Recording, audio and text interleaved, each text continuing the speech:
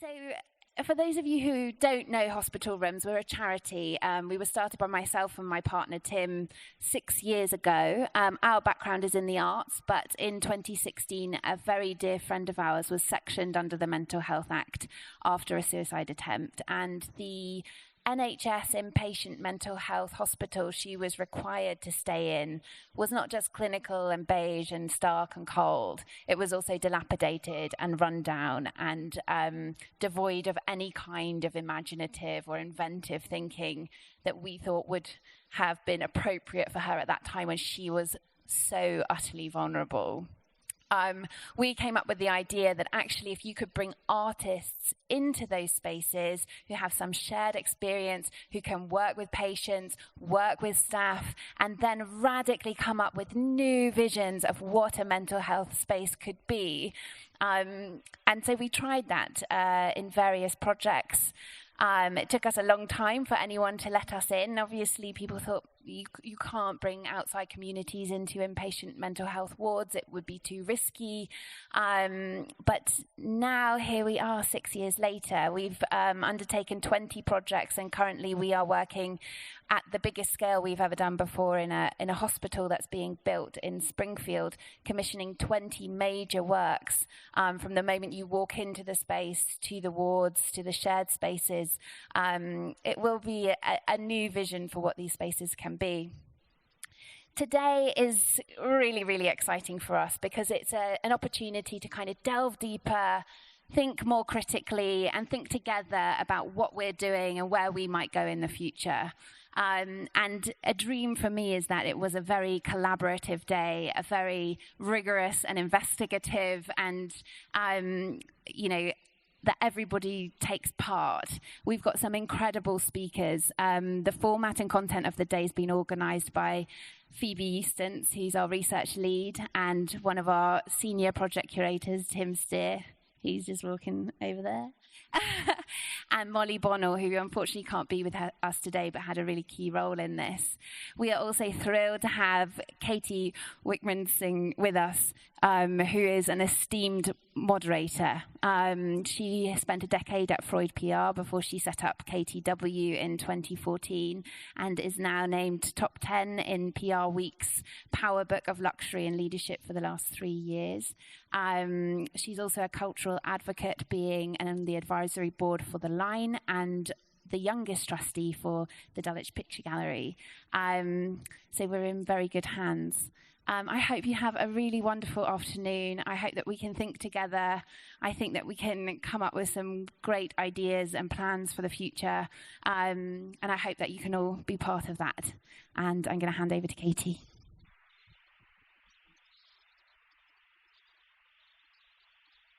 Thanks. Hello, can you hear me? Thank you so much, Niamh and Tim, and to Phoebe and the other Tim as well, for welcoming me today. It's a real privilege to be here, and it seems like such an apt time as well in a post-COVID world, and one in which obviously we've been talking about grief quite literally for the last few days as well, and what a privilege to be face-to-face in human connection in such an incredible gallery setting. And if you haven't had a chance, please do go and see the artwork after the conversations, because there's some really beautiful, beautiful work from an incredible array of artists. It's also really great to see a lot of the artists that I've worked with in the audience as well. So healthcare and art, it's actually been part of my life personally and professionally, coincidentally really. I'm British and Sri Lankan, and both sides of my family have worked within NHS and physical and mental health care for their whole lives. My father actually just retired from the NHS running a surgery in Stockwell at the grand old age of 81. So I feel like health and community and connection is very much something that's in my blood. So I was so happy when Niamh and Tim invited me to be part of the conversation today, because I think it's such an important one. It's one that I've been part of as well as part of the Global UN Goals anniversary, 75th anniversary recently, talking about art as a tool. And we all know that mental health care and art is such a vital conversation, and it's refreshing to see it getting more and more attention. We know that tens of thousands of people are admitted into mental hospitals each year, and that number is rising by a staggering 40% just in the last 10 years. And obviously the COVID crisis has sparked yet another flood of 1.6 million waiting for specialised treatment and an unbelievable 8 million who can't actually get on the waiting list but would benefit from support. And I think what's important about today, it's not about us on the panels telling, it's about all of us talking and convening and thinking and pondering on some of these solutions, ideas, provocations, and everyone's opinion is a valid one. So I really want you to feel welcome in any question that you might have and any exploration that we're going to have today. So really excited to be joined by 3 individuals who have lots of experience in this space, both from professional and personal levels. So to my far right, I've got Phoebe Eustance, Head of Research at Hospital Rooms, where they oversee research and evaluation across all projects. And along this, they're undertaking a PhD at Birmingham School of Art and received the Gertrude Aston Bowater PhD Award. Their research explores clinical encounters within the socio-spatial context of locked and secure mental health units. Jessica Oglethorpe, lead occupational therapist at Her Majesty's Prison Brixton, who has a background in the arts from her higher education degrees. Her work within prison and secure mental health services has inspired a research focus in reducing stigma and promoting social inclusion. She's recently received funding to undertake a public medical health MA at King's College, London. Jo is an interdisciplinary consultant. Sorry, Joanne Baudin. Can I call you Jo? Yeah. Jo, an interdisciplinary consultant and PhD student, advocating for lived experience to shape our world.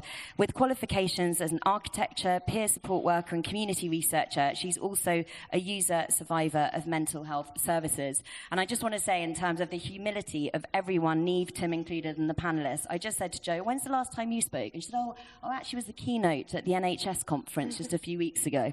So I think it's really important that to understand and recognise just how embedded lots of the people here are in some of the topics we're going to be speaking about today. So in terms of the format of the rest of this session, all 3 are going to be talking about their response to how we can use art to rethink current models of mental health care.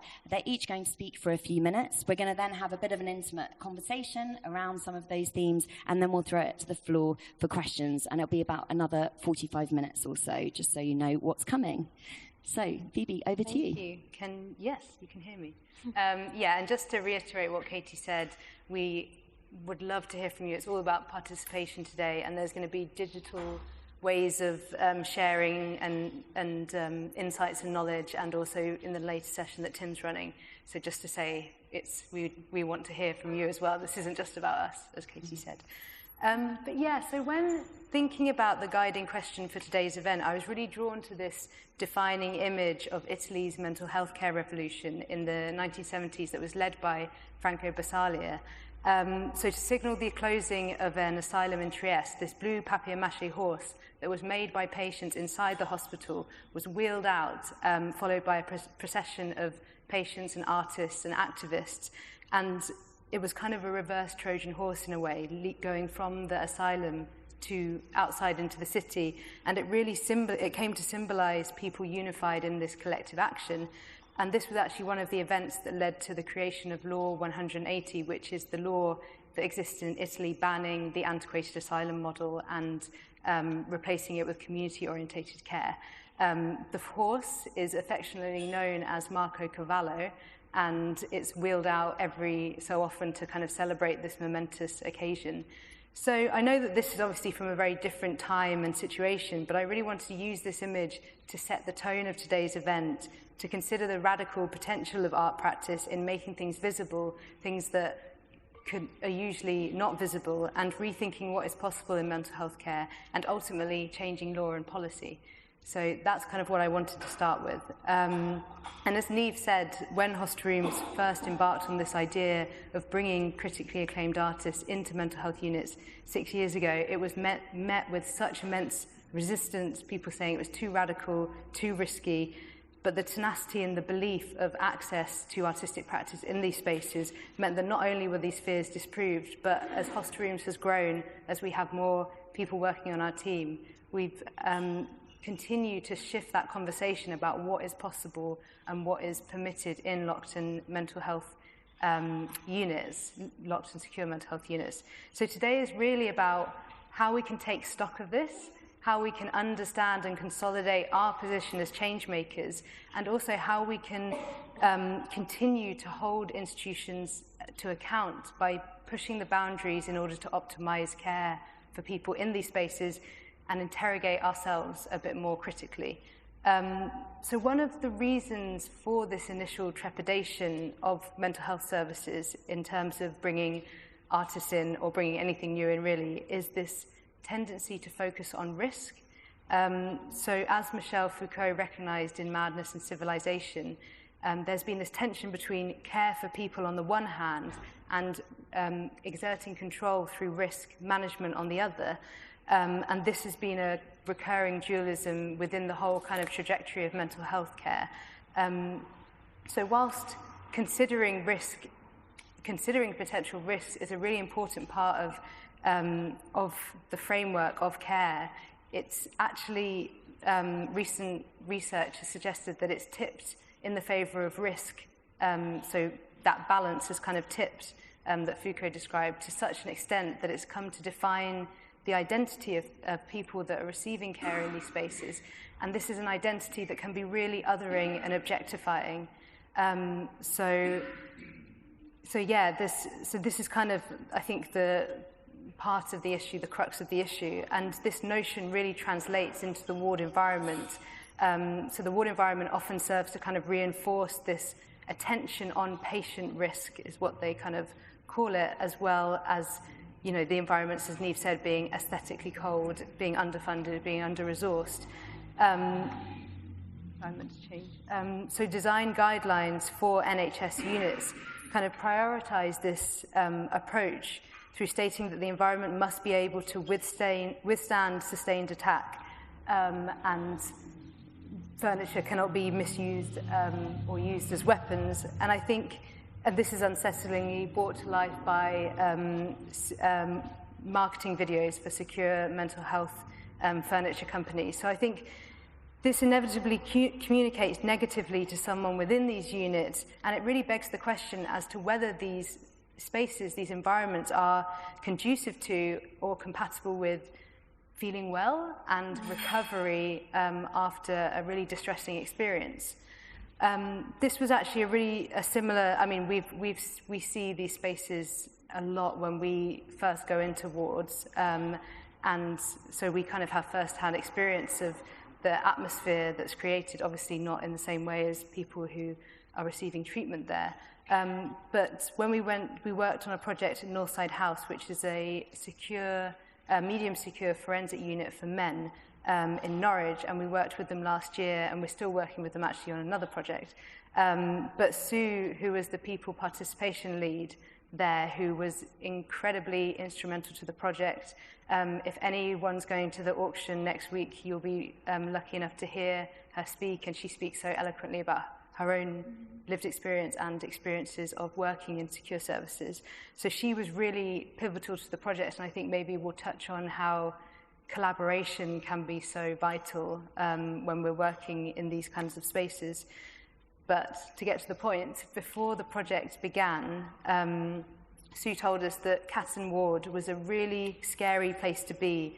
Staff spent a lot of time in their room, and staff spent a lot of time in the office, and patients spent a lot of time in their room, and no one really mingled in the communal areas. There wasn't a sense of pride in the space, and that was really reflected in the kind of bare walls and the uninspiring environment.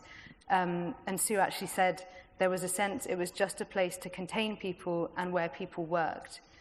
So I just want to use this kind of as a case study to pull out some of the things that I'm talking about.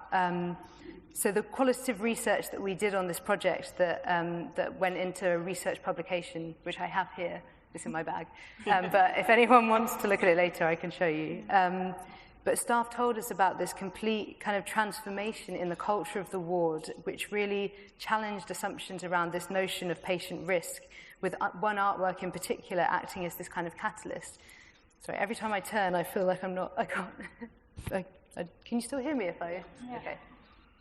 So it was Carl Rowe's artwork, which is on the right, and that was directly inspired by artwork made during his workshop, which was a surrealist collage workshop with the central motif, Be Unique. And these workshops happen on every part of the project. Every artist runs a workshop, and these workshops allow for this kind of visibility in terms of patients and people's experiences and ideas to come through. So often the artwork made in those sessions directly informs the artwork that is installed on the ward. And there was two things that happened after this artwork went up. The first thing is that this fuchsia pink colour for the central BE became a trademark colour for the ward. So people were really excited about this, and this is a kind of male ward, and everyone is incredibly excited about this fuchsia pink colour, and they even selected it as their new football team kit, which they called Cat and Kittens, which I also absolutely love the name. So we were really, this was something that is obviously unexpected. We don't expect these kind of ripple effects, or, well, we do, but when we hear about them through the research, it's such a sort of amazing thing for us to sort of keep. And obviously this is a representation of what's happening on the ward at that time, inspired by this artwork as a catalyst, but we've left by that point, so it's kind of what happens afterwards. So we're always really keen to find out about those kind of things. And Priscilla, who was the ward manager, really saw this as a symbol of unity and togetherness, saying it's brought a deep sense of pride and belief that we can all be, in capital letters, the best versions of ourselves, both individually and collectively as a service. And then the second thing that happened that I just want to touch upon is that after this was installed and after we installed the other artworks on this ward, we came back and we found that there was two more artworks that had just suddenly appeared, and they had been created independently by a patient, someone on the ward, a young man who had been in the workshops, who had seen us installing, who had spoken to us, and who had created his own artwork in response to Carl's. So that was just really beautiful to see. And he'd actually gone round each, all of the people on the ward, asking them, what do you want to be? So it was this kind of forward-thinking existential question. Some people said, I want to be outside. Some people said, I want to be well. He chose, I want to be ambitious. And so ambition was his artwork that he created for the ward. And to be honest, we were totally blown away, because installing hospital rooms artworks in any kind of ward takes numerous kind of stages of negotiation. There's risk assessments, there's safety requirements, loads of stages of approval. So to have someone take this initiative, and also for staff to support them to get the materials, to stand on ladders, these are things that we wouldn't necessarily think are, risky, or we wouldn't, stop anyone from doing that. But I think in these spaces, it's a different kind of thing. And the NHS Trust leadership described this particular event as being absolutely unprecedented in secure services. So I think on that question, it's why is this unprecedented? And then when I spoke to Sue, she put it really well. She said, as part of our interview, what this has said is, why can't we just let people be creative? Why do we have to jump through hoops to be able to do something creative and trust in people? So this really showed a breakdown of hierarchies, and there are a lot of hierarchies and binaries in mental health, and to have it kind of changed and blurred in this way, and people working together is an amazing kind of outcome, or not outcome, but process. And we're now in the middle of our second project, and we're sort of continually seeing this ripple effect of unlearning and rethinking what's possible. And I think that's within our internal team and with staff members in the wards that we work with. So this project, our second project in Northside House, has had engagement from the community in Northside as paramount to the project. So every stage there's been engagement, whether it's tips from people thinking about the artwork, showing them the ideas, having people install their own artworks in the space, and lots more. So it's kind of made us think a lot more about that side of things too. And I think, just to end, it's really important for us Hostrooms as a team and for the wider art community not to see the work that we do or art in general as a sticking plaster for wider systemic problems, but it can act as a catalyst or a conversation starter, and there's still a lot of work to do, but it's a start to think about how our work translates from transforming a singular ward or a singular space to transforming services and policy change, and the potential for this kind of containing nature of wards to be reframed and experienced as supportive rather than as restrictive.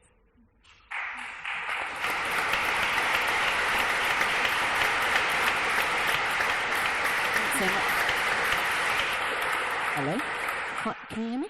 Thank you so much, Phoebe, for that. And now we're going to move on to Jessica Oglethorpe, who's a lead occupational therapist. Thank you. Can you hear me? My mic on? Oh, yeah. Hi. So, as I said, I'm Jess. I currently work at HMP Brixton, but today the main focus of what I'm going to be talking about is actually will be in relation to the role of art in inpatient mental health care from an occupational therapy perspective, and specifically in relation to some of my work in forensic inpatient settings. So it's a very similar setting to Northside House Phoebe was just talking about. So I was previously one of the senior OTs at Shaftesbury Clinic Medium Secure Unit at Springfield Hospital, which is actually one of the units being transformed by Hospital Rooms as part of their massive collaborative project that Neve mentioned with South West London and St George's. And what I think is especially worth thinking about really in relation to this project is its drive for longevity and establishing a legacy of the work. So really ensuring that it serves a meaningful purpose both now and into the future, and laying those foundations for improvements to mental health care for individuals and communities, really beyond the hospital environment, so not just thinking about the hospital. And this idea is really so pertinent to our collective work as occupational therapists, which is really about promoting health, enablement, empowerment through participation in meaningful activities. And in this sense, that meaningful activity is art in all its forms. So I am aware that many people may not know what occupational therapists do. Shame on you. But we are notoriously bad at explaining actually what we do because we do so much. But I did recently find my new favourite definition of occupational therapy on the Royal College of OT's website, which is occupational therapy helps you live your best life. And really, I just... Can we all book in with you? You can go on my waiting list. But really, I just wanted to put a full stop on the end of that and leave it and say no more. But it does go on. And it says, live your best life at home, at work, and everywhere else. And perhaps that's quite a reductive definition of what we do, many things, as I said. But it is essentially what it is. It's therapy by enabling you to live your best life through the things that you do. And we call those occupations, meaningful occupations in a broader sense. So today, to frame my contribution to the symposium, I wanted to focus on a painting that's on the screen here. And this was a painting actually created by a patient at Shaftesbury Clinic during a Hospital Rooms workshop last year with the artist Susie Hamilton. And I'm sure many of you are familiar with her work. And this painting was created by a young man who at the time, I think he'd probably been on the unit for about 2 years, so quite a substantial amount of time. And I think by that point, I could say that he'd reached a bit of a breakthrough in terms of his engagement, in his overall progress and his sort of stability in his mental state. But it wasn't unusual to hear staff use words and terms to describe him, such as chaotic, thought disordered, and challenging, which is just a kind of overall word that is so often used for people in these units. But still, he came along to the workshop, which in itself was a huge surprise because he'd never expressed any interest in art whatsoever, though he had quite positively started engaging in a lot of other unit activities, I guess, such as going to the gym. But throughout the session with Susie, he maintained categorically that he was not good at art, and he was just questioning why he was even there, how long he would stay. He was quite nervous. He was there in the session. And just looking at this painting straight away, I mean, I think there isn't really much, if you're familiar with Susie's work, there isn't really much to identify as direct response to hers. Much of her work, though not exclusively, it captures images of nature, of outdoor spaces, sometimes these sort of wide expanses, pastel colours, very quick, light, dynamic strokes. I feel like I'm back on my history of art degree, but anyway, I don't really think I have to describe to you the painting and the differences that you might see between this and Susie's work. But really, what I'm trying to say isn't about the painting. It's rather about this man's engagement with the materials, the choices that he made about what he was going to paint with a little bit of encouragement, and he quite quickly jumped to this image of a seclusion room. So you might see the word seclusion at the top, which, I don't know, perhaps sadly, because it's a familiar space to him. And this, when we think of a seclusion room, it's a closed, incredibly stark environment that holds a lot of trauma for people. Anyone who's had an experience of being in a seclusion room, and that image is really the antithesis of all of that beautiful natural living imagery that Susie had actually provided as inspiration for the workshop. I mean, I am aware that I'm possibly describing it like it was this sort of utterly profound and poignant moment. He picked up the brush and made this raw, kind of visceral painting about a very difficult experience of his. I mean, maybe it kind of was for me. Sorry, I just covered the microphone. But essentially for him, I just don't think it was. I'm not sure. I mean, I needed to ask him a little bit more about it, but I feel like for him it was that 10 minutes or so that he was in the workshop, sitting down with his peers, using new materials, feeling perhaps some trepidation about what he was about to do, but thinking about and producing this image of something that came to mind, something that was familiar, and then leaving before the session was over and getting on with the rest of his day, and that was it. But I think this really is one thing to really think about when we're considering the role of art in rethinking models of mental health care. Art isn't the solution or the outcome or the objective, but it's rather a means to an end. And I think I really like to see art as a resource to health, just as we might be able to see that health can be a resource to life, to everyday life, and health isn't necessarily the objective. People might argue with that, but I think there's something about it being that kind of resource and tool. And art can also be a resource and a vehicle for creativity, but art isn't necessarily creativity itself. So in the way that we view creativity, say in occupational therapy, is broader, or not just about kind of arts and crafts, music and drama and dance, but also about creativity in so many intangible ways. So that might be, I don't know, a creation of self-confidence, a creation of a new, or building a new skill, or a creation of a sense of calm, or building new relationships. And in that short amount of time that this man was in the workshop, we might be able to see the potential for some of that. Obviously, we don't know. We can't say what he experienced. We need to talk to him a little bit more. But the potential for maybe increased confidence in doing something that he didn't think he could do, or creating a new understanding of materials and methods, and perhaps reduce anxiety and connecting with new people. And that brings me to the last point I really want to make, which is very important, is about how we need to prioritise social inclusion.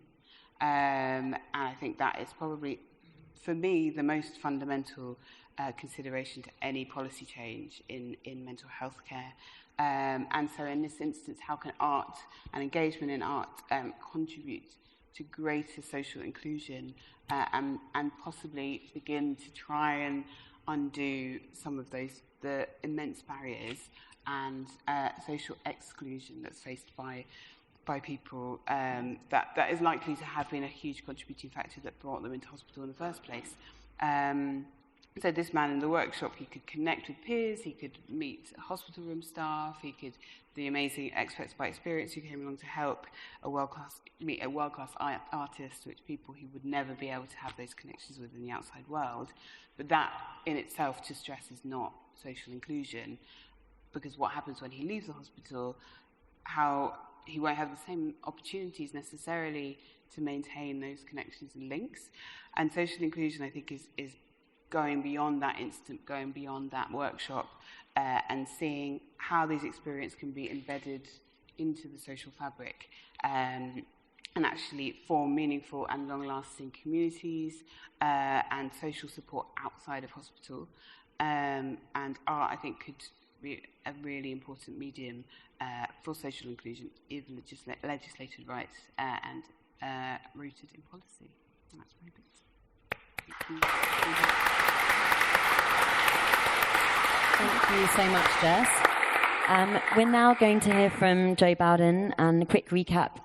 Jo's an interdisciplinary consultant, PhD student, advocating for lived experience to shape our world, and has qualifications as an architect, peer support worker and community researcher.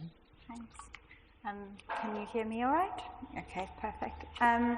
So I think listening to both of you guys... Can you all hear? Yeah? No. Okay, I'll speak a bit louder. I think listening to both of you has just made my brain go ba, ba, ba, about so many things that overlink, and I think the interdisciplinary part is my lived experience of being in some of those settings, and then also like the architecture side. So when I was thinking about the topic today, how can we use art to rethink mental health care, I really wanted to my thoughts on how. The first one is just really, when I was thinking of the word Research Symposium, I realized that I started to draw a blank on the word symposium. And that's because I didn't grow up with that word. I used the word ndaba, which is a South African word, specifically a Zulu word. And that comes with a really clear picture of a acacia tree, or just like a low-hanging tree in which everyone in the community comes together and they leave their titles behind them, and they're there to problem solve. And so like a while ago I heard this phrase called asymptotic validity of words, which is like a really researchy, sciencey, mathematical way of saying that when we talk, there are too many variables in place, and when I use a word, you're not necessarily going to make the same associations. And so the best thing that we can do is to use fewer words and to paint brighter pictures.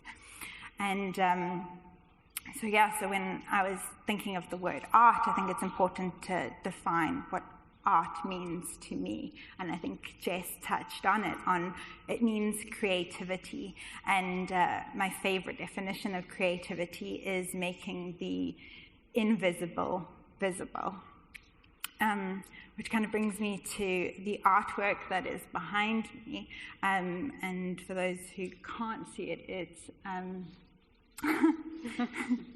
like there is hope and I can dream of another world. And I remember when I first saw this or heard of it, it was really interesting because the voice that read it was with a lot of attitude. It kind of went something like, yeah, sure, right, like there's hope. And what I've learned to do when I've heard that critical voice is to approach it with curiosity. And that sat at the end of the sentence, this other world. And it's no secret that, like, what is happening with inside our mental health system isn't working. And we do need a different world. And how do we get there? And what I've learned lately is that we need to go to the experts. And who is better than throwing a line into that which doesn't exist yet and drawing it ever so closer into the visible? And that's the importance of having us here as creatives to discuss our expertise, which is kind of the second point of, like, consulting the right people, but then we all have a place to play. So what are our expertise? And I think inside my own mental health journey, there was a moment where my mental health had been discovered in this very busy architecture space, and it was exploited, and I wanted to shut that down. I didn't want anybody to know about it. And it's been a while since I'd been in hospital, but over lockdown, like, my mental health took a hit, like most of the world. And I found myself in the outpatient side of a psychiatric care.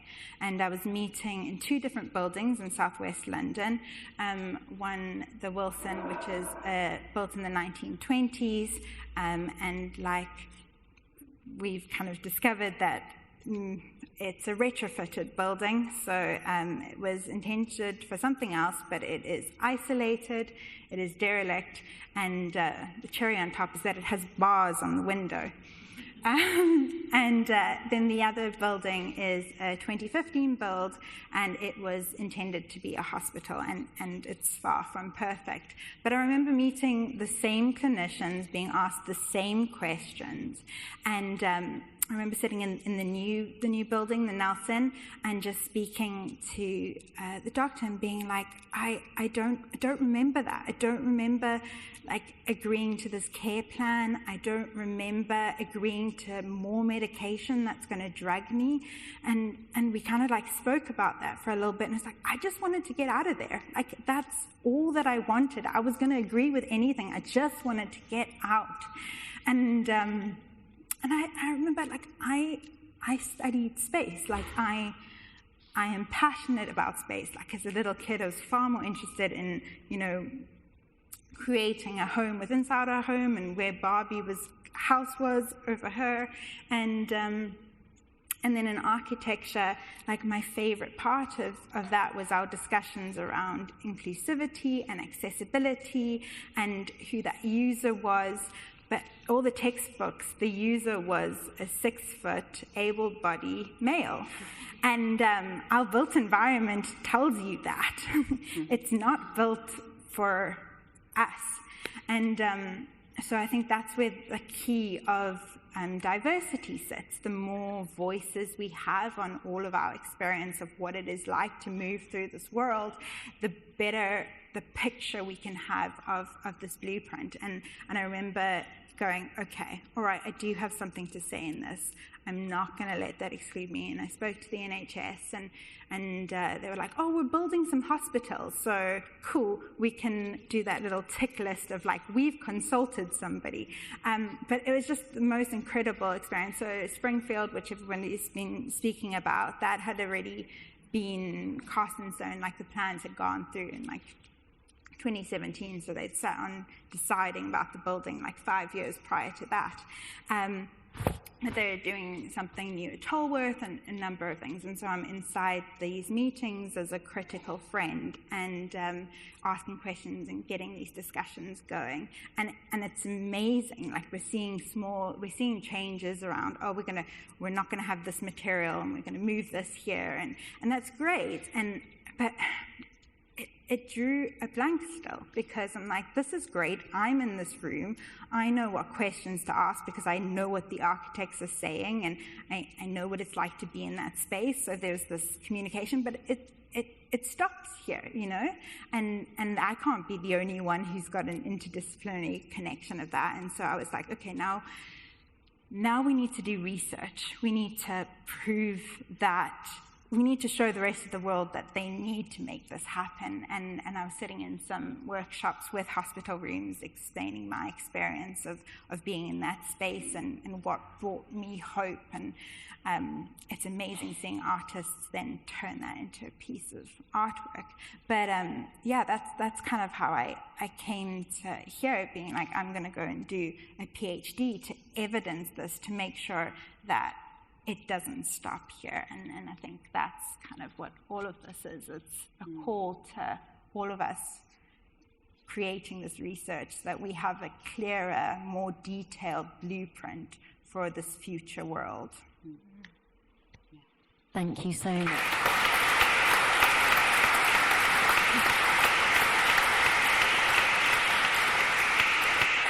And thank you also for sharing so personally in your own experience as well, because I know it's very can be challenging to do that. So we all very much appreciate the openness.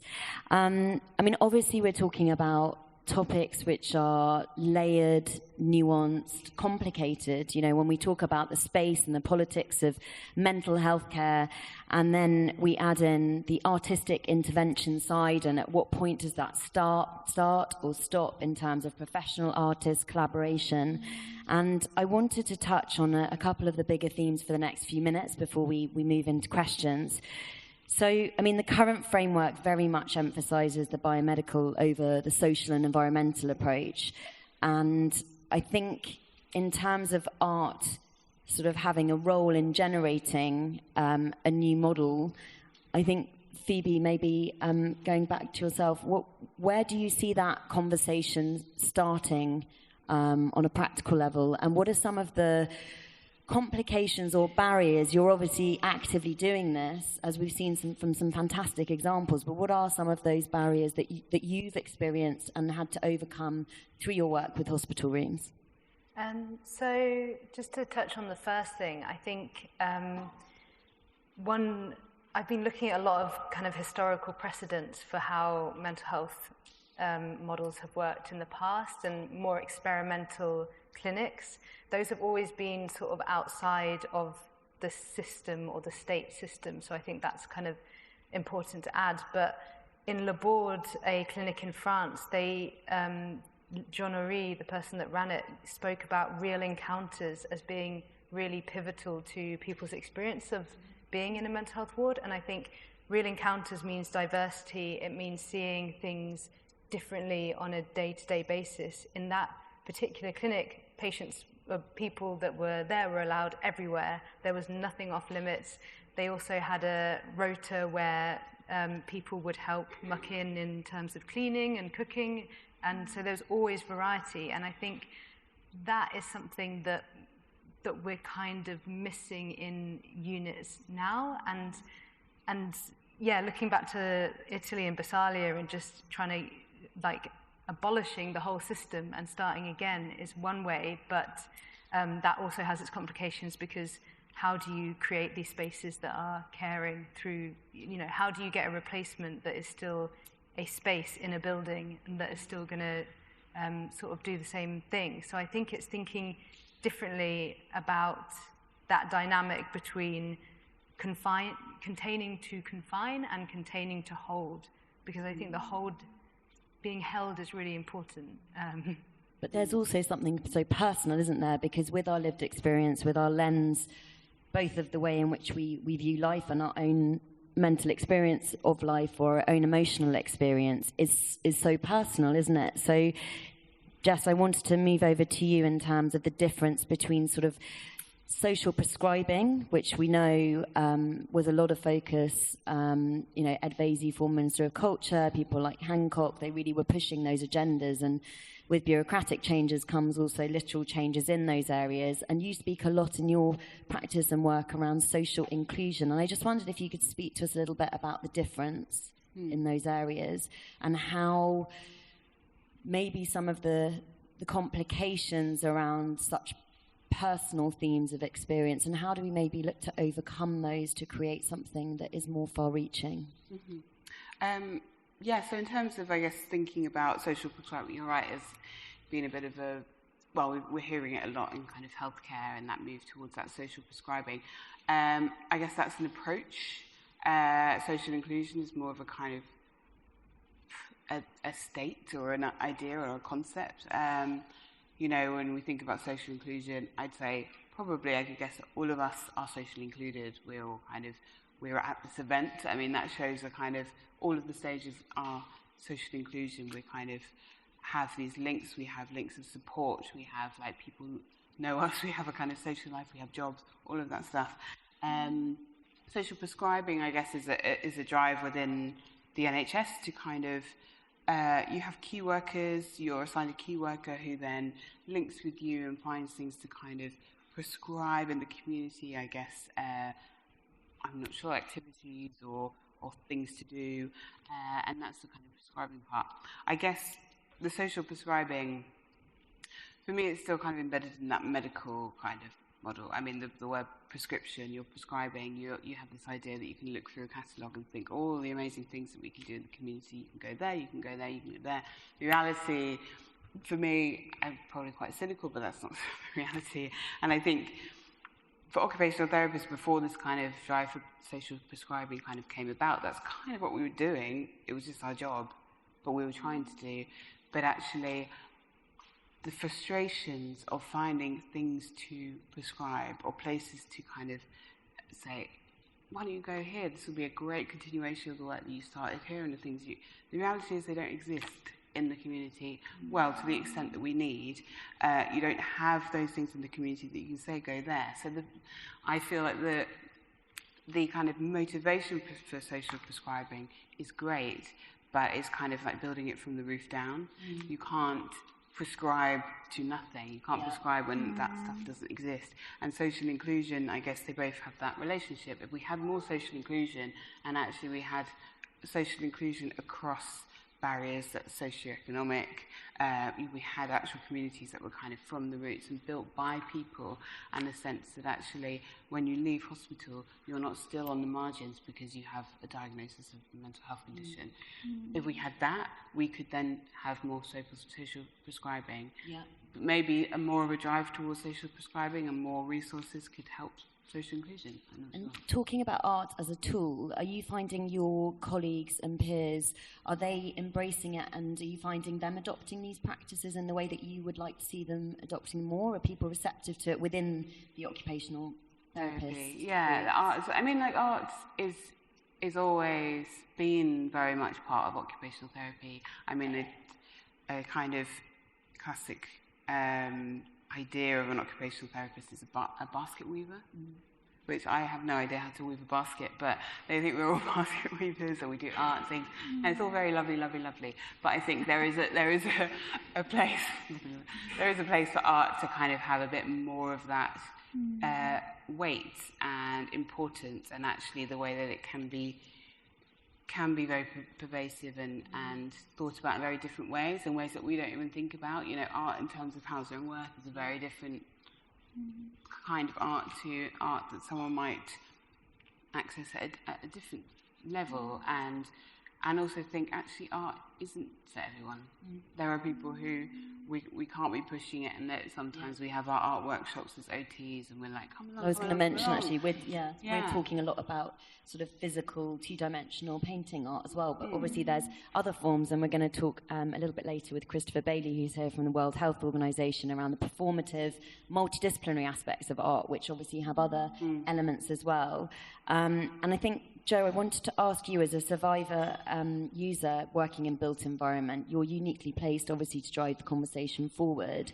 And you mentioned there must be other people who have this unique sort of skill set of connectivity or connect the dots in that area. And I know that you are actually embarking on some of your own research. I wonder if you could share a little bit about that and maybe what your ambitions are through that new type of research. Yeah. I think when it comes to sharing lived experience, I think it's important to realize that we all have lived experience in our different fields, and especially within medicine and clinicians and stuff. I think I remember when looking into those sorts of fields, it was always this disqualifying if you had any form of mental health. So I think that there are a lot of people inside these organizations that do have an intersection of this, but we haven't normalized that it's okay to see the world differently, and it's okay to use that as part of your skill set, which I think is kind of where I sit in that now. And it's been incredible, like being inside the NHS and seeing what's happening. But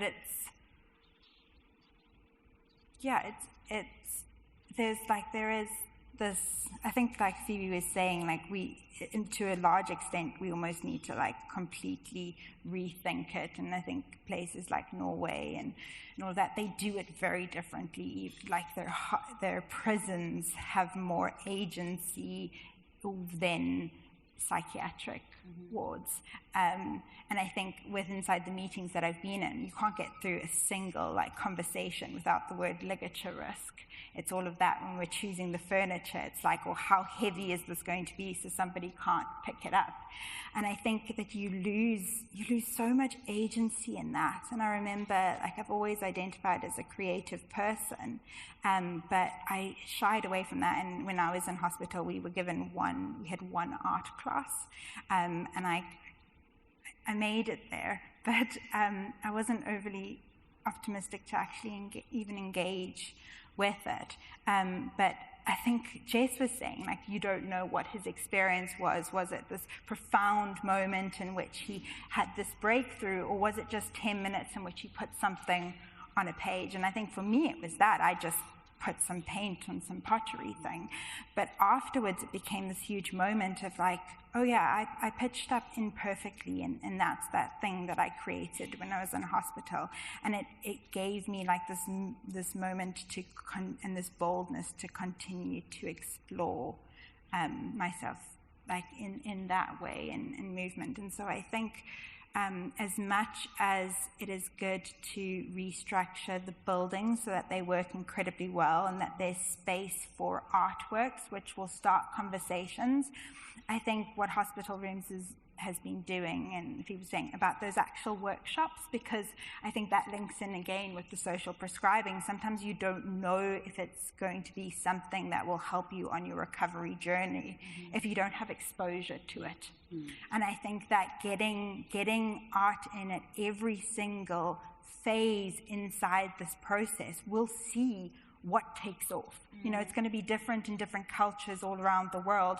So we need to inject these different ideas at these different spaces, and then let it organically grow. Yeah. But we all need to head there. Do it together. And I think, as Jess had mentioned as well, as about art as the tool and not necessarily the end goal, because if you are in a creative workshop, it might not be the actual act of making, doing, but it's the act of the fluidity of conversation, the holding of safe space, as we talked about, reimagining the space around you as you create new things and new visions within it.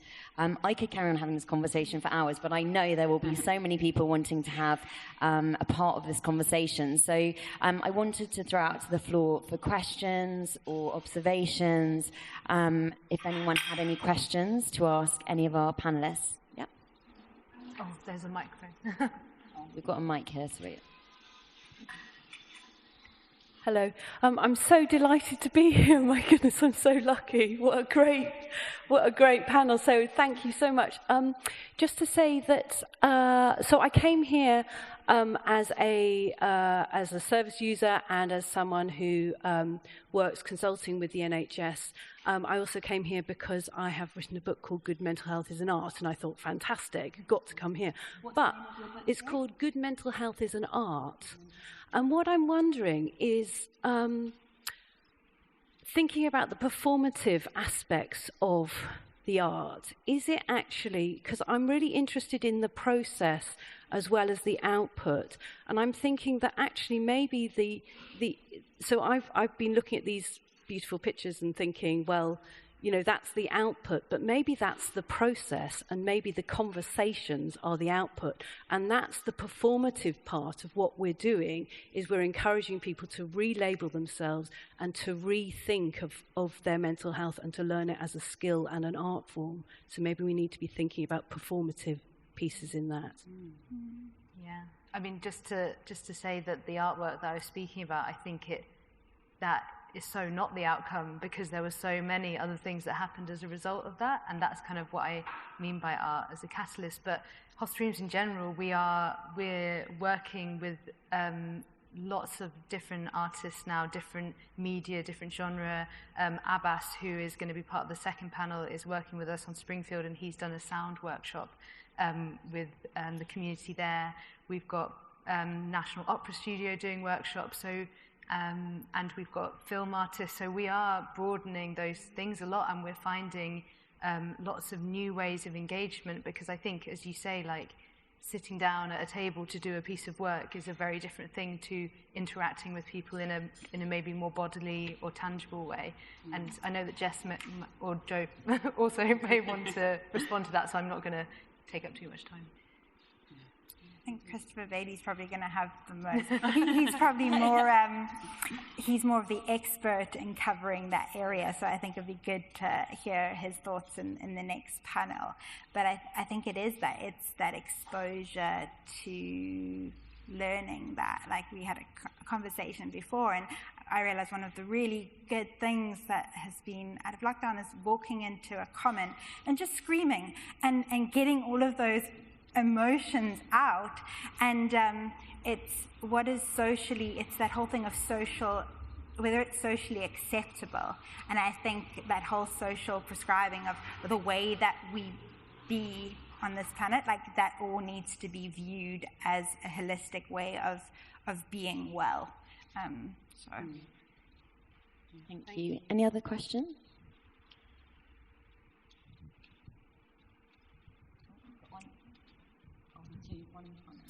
Hello, thank you. Sorry, I was just thinking about how to form this.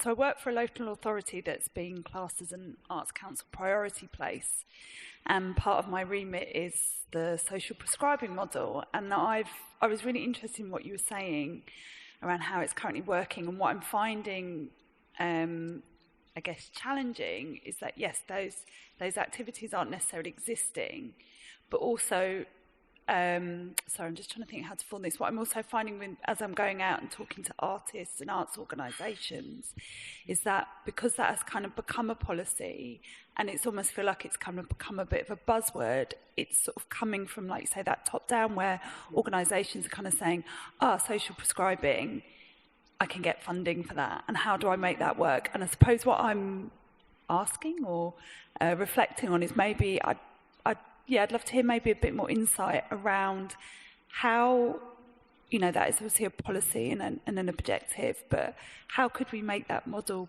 better, or how can we maybe, the conversations we need to start having, with arts organisations about how can we make it more socially inclusive than, yes, this is a prescribing and you're just ticking a box. Does that make sense? Yeah. I think, looking at the sort of, rather than the top down, how do we get some of the creativity-led solutions through social prescribing? Yeah, and how can we make it better in terms of, if you've been sections, you come out into this, into the community, how are we going to foster those activities that actually are well equipped to support those people? Yeah, and I think it's really difficult, and I feel like social prescribing, like a lot of things that come out of sort of treatment plans or policies that come out within healthcare, are often so reactive rather than thinking about promotion and prevention and being a bit more nuanced. Okay, how do we start from the ground up?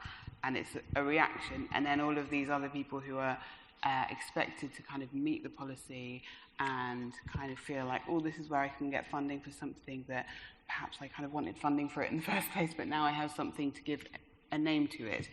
Say it's, for social prescribing. It becomes very difficult, because then the plans that come up tend to might be very rushed, might be very kind of guided by the people providing those spaces, or by local authorities, or by people making the policy, rather than the people who are actually going to be accessing it. And I think then it may be that we all believe that, like, having a space for artwork and creating art in a certain way is going to be great in this place, loads of people are going to enjoy it. Is that just because we enjoy it, or we have an organisation that's going to provide that? Or is it what the community actually needs? Is it what people really think they're going to not come to once and never come to again? They're actually going to be there. It's going to be part of the community. Other people who don't have lived experience of mental health conditions will want to access it as well. So it's about really thinking with the people who are going to access it, which is more than just consultation. And I think it's also, I can't possibly say what that is, but I think there can be far better ways of finding that. I think when it comes to like healing, a lot of that is trust. And so there are a lot of like organizations that are all over, but I did some work in like peer support, and that's incredibly powerful because the other person who's speaking to you is not like well and fixed and everything. They're going on this journey and they're slightly further down, and they've found some things that have worked for them, and they're like, this has worked for me, would you like to try that? But it's that whole thing of like that trust in people who are doing it well, and when somebody's doing it well, they kind of like pass it on. And I think there's a thought in the built environment side about the way that these new hospitals are being built, is more of them as hubs, especially if you've spent a lot of time, or I've spent the times when I left the house were to go to doctor's appointments. And so we're thinking about that journey to those spaces, and how does that become an experience in itself, and having gardens and having that, so that when you pitch up to a place of receiving treatment, it's not like this, like being in a tube and popping up somewhere new in London. You've actually had a process in healing. And so I think that, do we know what the solution to that is? No. I think it's something that is moving, and I'm really excited by it, by having these hubs of spaces that aren't stigmatized, to go to where there is some knowledge about there is a way to explore being well in this space. So that's kind of my thoughts on that. And I think what we're partly saying as well, we're talking about new models of mental health care. I think the question is, can you create a model, or is there something that's even better than a model? And I think that's definitely something that we want to discuss later today. I know you had a question. I think we might have to wrap up, because I think the session is coming to a close, and I know we've got another session very shortly with Christopher Bailey, Arts and Health Lead at the World Health Organization, and also Helen Spandler, Professor of Mental Health Studies at the University of Central Lancashire. I want to take this opportunity to thank all three panelists for such incredible insights and expertise, and being so open with their opinions and views as well. So I want to give them a round of applause.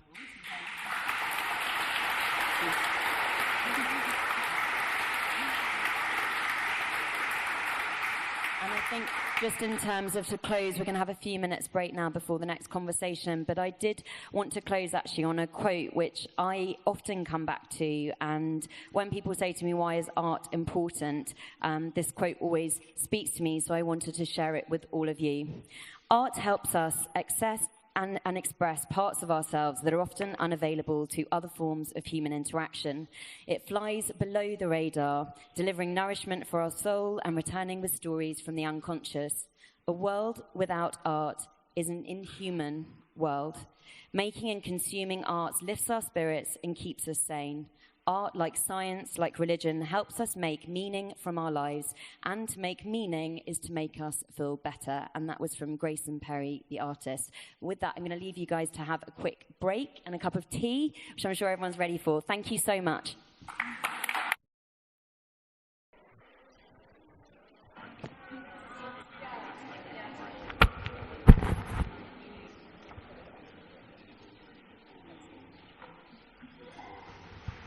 Hello, and welcome to session 2. So in this second discussion, we're going to be continuing our conversation around art as a tool for changing models of healthcare. And we're going to hear from 2 speakers who need very little introduction. Christopher Bailey, to my left, the Arts and Health Lead at the World Health Organization. Chris, if you don't mind me calling you that throughout the course. Oh, please. Chris is co-founder of the Healing Arts Initiative. That's actually how he and I also met on previous talks. It's creating arts and health activations around the world. He's been fostering a growing network of research centres globally to build evidence base for the health benefits of the arts, and his own performance advocacy has led him to performing at Lincoln Centre and soon to be Kennedy Centre. And to Chris's left, you've got the brilliantly innovative Helen Spandler, Professor of Mental Health Studies at the University of Central Lancashire, Managing Editor of Asylum, the Radical Mental Health magazine, and Principal Investigator of a Wellcome-funded project about mad zines. In terms of the way this next session is going to run, we're actually going to watch a film before we get into conversation. And that film is actually from a hospital rooms artist called Abbas Zahedi, who unfortunately, due to being overseas, couldn't join us today. He sends his apologies. But Abbas Zahedi is an artist who blends contemporary philosophy, poetics and social dynamics with sound, sculpture and other performative media. And he's currently working on the Springfield Hospital project. So we're just going to see a film from him now. Hello, my name is Abbas Zahedi. I'm a contemporary artist based in London, and I'm currently working on a commission with hospital rooms, and it's a pleasure to be speaking to you today. Sorry I can't be there in person. I'm having to travel at the moment, but it's really great to be able to present my work, especially in relation to Sonic Support Group, which originally came out of an exhibition that I was hosting in an independent location in an old sorting office off the King's Road in Chelsea. And this was in the pandemic year of 2020, and the show was being delayed, and it opened eventually around November or early December, I should say. And as we all know, there was a lockdown soon after that. And so until April, the show was in a kind of a weird dormant state, and the building itself was empty. So there was a kind of an exhibition that I had made and using sound and sculptural elements, one of which you can see here, where I repurposed parts of the building and kind of transplanted bits of wood from other parts of the building to create these kind of structural motifs. And working downstairs in the sorting office itself, there used to be the workers' bar, and as you can see, there's a kind of excavation process that I had done, and some of the wood that you can see in the steps came from the bar shelving itself. And there was a lot of sound being activated throughout the space. Some of the sound was more immersive upstairs, and downstairs there was these kind of more intimate moments of sound where the darkness and the light kind of guided you towards where to go. So it was quite a sort of full experience in terms of an installation, so to speak, and going into the space. And I guess for myself, that was a kind of a way of coping through the time of the pandemic. As you can see, there's a kind of small sculptural gestures that I was doing. And because the show was in lockdown, I went into this process of doing an Instagram live. So if anyone is interested to see this kind of live tour of the show is called Oranophobia SW3. Oranophobia means fear of heaven. So it was a kind of a show that had a kind of a conceptual, philosophical angle around many of the things that I'm interested in, and ultimately it was a way of creating a space to grieve in a way, because at that time there was a lot of grief taking place, and also a lot of my work prior to that deals with these subjects as well. So if anyone is interested in the exhibition, there is this live tour available on my Instagram channel. However, at the time of making the show, there was all these kind of lists coming out in the newspapers, and I remember one of them had this idea of what are the top jobs and the least essential jobs, this social binary of essential versus non-essential. And I saw that it was putting doctors and artists number one, and I'm sure you can guess which is which, as you can see here in the diagram. And, you know, I have a background in medicine myself. I trained to be a doctor, and I've spent a long time in mental health treatment myself due to successive bereavements in which I lost my immediate family. So I have quite a lot of experience working between both arts, mental health, and community work, which is the kind of mainstay of my early practice. So in that sense, I wanted to complicate this binary and to work against it. And as there was a hospital nearby to this site, the Royal Brompton Hospital, and also the Imperial Health network of hospitals is all within West London: Charing Cross Hospital, Hammersmith Hospital, St Mary's in Paddington. You know, I still had some friends who were medics, and as I was discussing with them what was going on during the pandemic, they became intrigued by this idea that I had an exhibition on, and it was an installation in an immersive space. And so some of them came to visit, and they were neurologists, and Mohammed Mahmoud here in the Green Scrubs works at Charing Cross Hospital, and you can and our doctor above, which I won't mention their name because many of the people coming to Sonic Support, it was confidential. But what happened is with the help of Mohammed Mahmoud and a group of neurologists called Neurofringe, we were able to set up a kind of pilot of Sonic Support, which was intended to give frontline staff, especially NHS workers, access to this exhibition space, which based on their initial visits, they felt had a kind of a remedial effect, a space of respite from the kind of front lines of the pandemic, which was taking its toll on NHS staff at the time, and also at the same time many other frontline workers were struggling. So we piloted the project, and between December and March there was, you know, people coming almost on a daily basis, mainly through word of mouth and self-referral, etc. And they could be in the space by themselves, you know, they could walk around, and it was fairly safe in that sense. I would wait outside, just open the door for them, or leave the door open, people just walk in and out based on a kind of timing allocation. And these are a few pictures that we took just to be able to communicate this project, and to, you know, produce some idea that this social binary of essential and non-essential, especially in terms of science and art, or well-being or medicine, it's kind of doesn't really make sense. You know, if doctors need art, then how can we say artists are useless? So as you can see, transport workers were coming as well, and yeah, the whole building had a kind of affective charge in terms of the way that I work.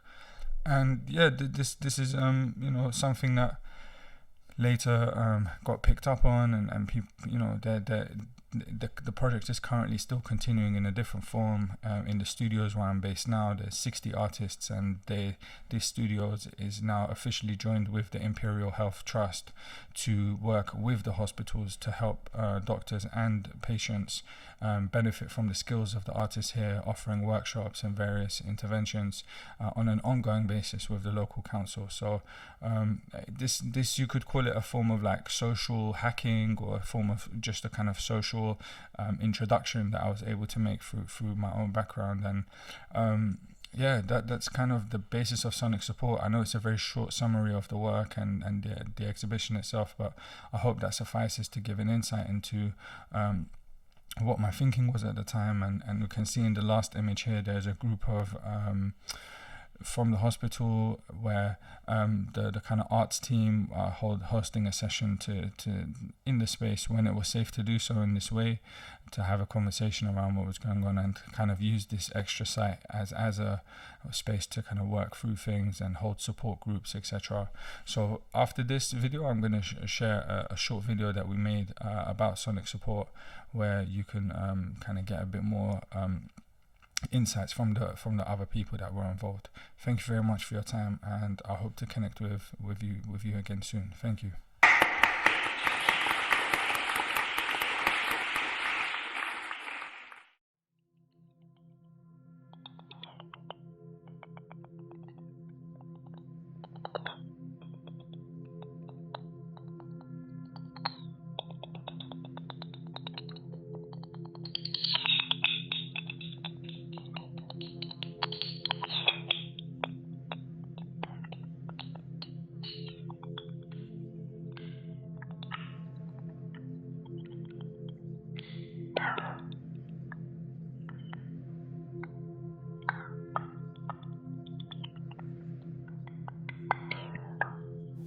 So I'm Anya Crawshaw, I'm a neurologist. I work down at St George's Hospital, and together with a couple of other neurologists, we're part of a small group called Neurofringe. And the idea behind that was really, we were already kind of friends and colleagues and found we had an interest in the arts and humanities and how they can kind of overlap with neurology. At the moment, we're lacking spaces where we can really look at a different part of ourselves. We're working still professionally and thinking in a very kind of quick and sometimes stressful environment. It's a very open space, and it's unusual to be in such a large, expansive space on your own, and also with sounds that are quite seem to kind of imbue a sense of meditation and introspection and reflection. In this work, I've implemented sound using the architectural parts of the space that is put in here as a kind of calming, meditative and kind of reflective component of the work.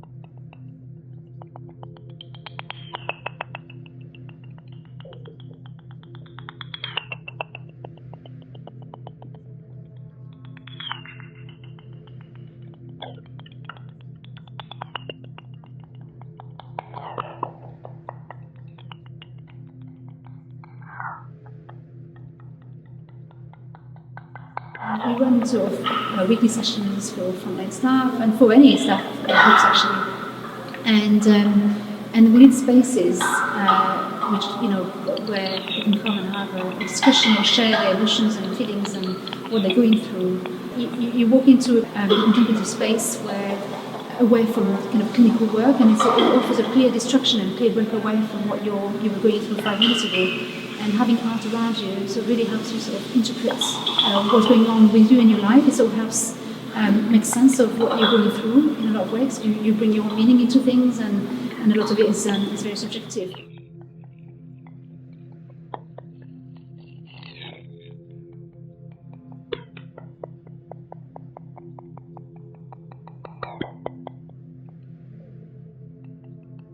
I suppose the arts gives you an ability to connect with your body, which is something we try not to do when we're traumatised. We try to disconnect the body.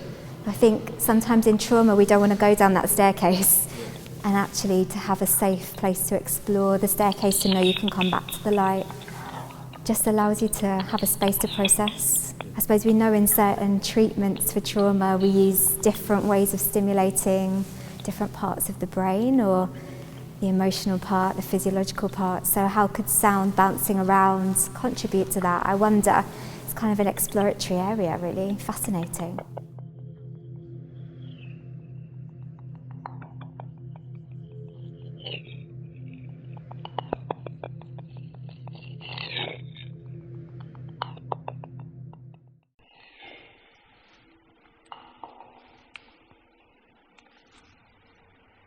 So thank you to artist Abbas Zahedi for that. There were obviously a couple of themes that Abbas touched on, and I've spoken to him previously about this, and what's quite fascinating is this idea of the concept of the essential and the non-essential, and when that gets inverted and when it comes together, and that relationship between the medical system as well as the artistic creative process, and of course some of the elements around sensory art and the mind-body connection, which we're going to speak to a little bit in the next session. And Helen, I know you were going to talk us through some of your work through, do we have Helen's slides here? So Helen, you're not only a professor, but you also are the managing editor of Asylum, which is a radical mental health magazine and a very big champion of what we call the Madzine. So do you want to talk to us a little bit through this?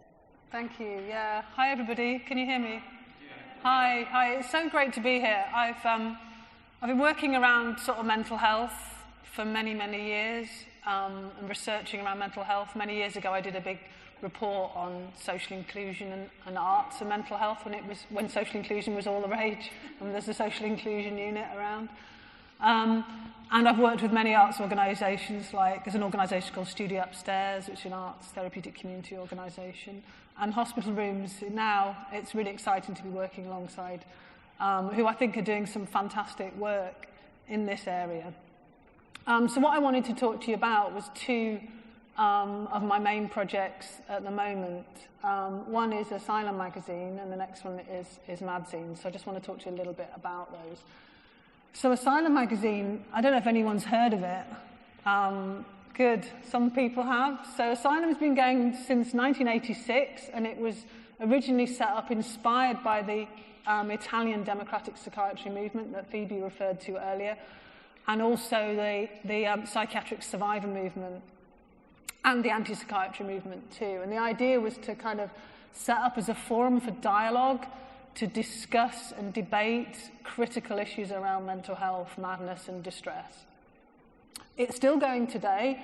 I've been the editor for quite a few years now, and one of the things that I'm trying to do is to utilize more artwork, and particularly survivor artwork, but also stuff around like cartoons, comics, poetry, and really using creative imagery in the magazine. Because it used to be much more text-based, text-heavy, and increasingly realizing that people engage with mediums in very, very different ways. And one of the ways is through imagery and through cartoons. So I just wanted to put up here some of our recent cover images, many of whom are by survivor artists and activists. And if you look at Asylum over the last 30 or 37 or however many years it's been going, you can see the key things that have shifted around mental health. And I would say the main thing that's changed is we've moved from a situation of what we used to call psychiatric abuse to now psychiatric neglect. And most of the articles and most of the imagery we're getting around that at the moment is survivors' experience of being neglected in the mental health system. If people are interested in Asylum, then please, we take submissions, images, cartoons, stuff like that. But also we're very interested and we wanted to work with hospital rooms about getting Asylum into hospitals as well, because currently very few trusts actually subscribe to it. But it's mostly the contributions are by psychiatric survivors, activists, and their allies. The second project I want to talk to you about, which kind of arose from this, was about zines. So when Asylum started, it was more like a zine, and now it's much more like a professional-ish. We're still an activist grassroots magazine, but it's produced and edited.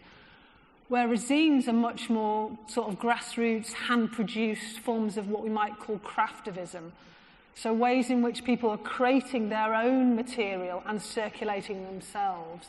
So I managed to get a grant from the Wellcome Trust to research what we're calling madzines, and to look at how people, often psychiatric survivors, people with experiences of mental distress, neurodiversity, psychosocial disability, whatever you want to call it, are expressing their dissatisfaction with the system or their alternative ways of understanding their experiences through zines.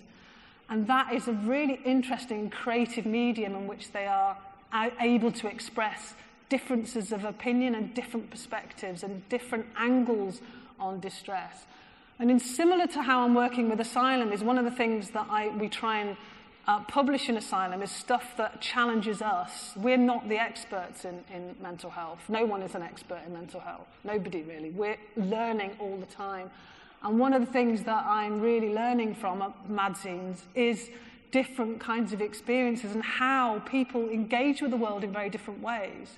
People don't always, as artists you will know, people don't always engage with text-based learning. They engage with images, but also people engage with craft stuff as well. So around kind of the more tactile, the more material-based qualities of what we call scenefulness, the ways in which madness isn't a nice linear process that we can understand logically and rationally.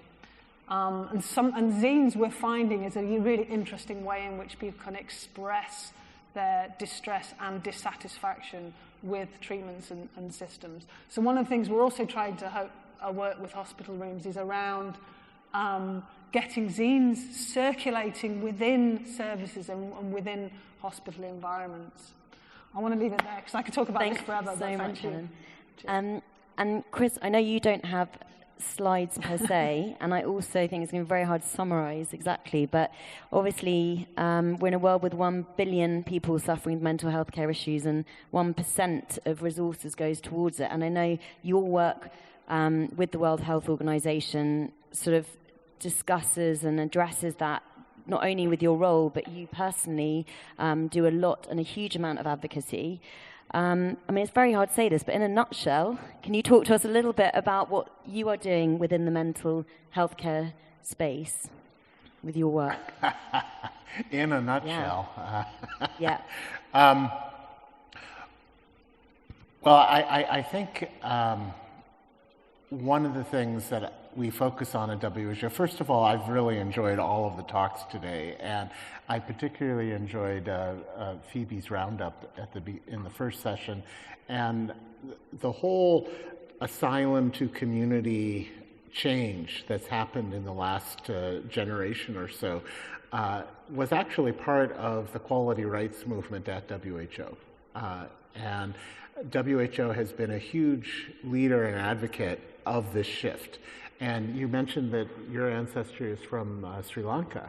I actually had a mission as part of a mental health mission in Sri Lanka, where I had the opportunity to see an asylum, a former asylum, and firsthand what happens when the asylum is closed down, and instead of isolating people with mental health issues, to train them to function in society, to come back to the families, to be active members of the community. And I think what it boils down to is WHO's definition of mental health in the first place. It's quite simply, mental health is not merely the absence of a mental illness or a diagnosis or a condition or a symptom. It is your ability to cope with the everyday stresses of life. It is being able to attain the highest level, personal level, of your abilities, whatever they are. It's being able to be productive. It's being able to participate and help build community. It's being able to find moments of joy. If you can do all of these things, you are mentally healthy regardless of the legion of diagnoses you may or may not have. And that's why I say, particularly in the mental health space, we have to be careful about becoming overly medicalized. In this Sri Lankan asylum, for instance, and it was quite meaningful to me as a visually impaired person, I was shown a woman who was placed in the asylum when she was a young girl, and it was only discovered years later that she was blind. I mean, they didn't even know, right? And in her case, she was using the arts to try and overcome some of the developmental disabilities that she had, and she became a teacher eventually. And I was shown her artwork, and it was essentially these, what I thought were blank canvases. And I thought, is it because I can't see them? What is it? And the person guiding me said, touch them. And when I touched the canvas, I realized that these were intricate landscapes, all done in relief, that she had literally sewn together, that they could not be revealed in a visual format. It was only by touch. And so that's why I liked the comment that was made earlier about a definition of art is revealing the invisible. And in that case, I physically, this mental world was revealed because I no longer was trying to see. And for me, it really does go back to, you mentioned a really nice quote. A similar quote is from Carl Jung, the Swiss psychologist, who once said, "Loneliness is not the absence of people. Loneliness is the inability to express what matters to you most. And if you can't find the words, then find the sound, find the image, find the color, find the gesture through space.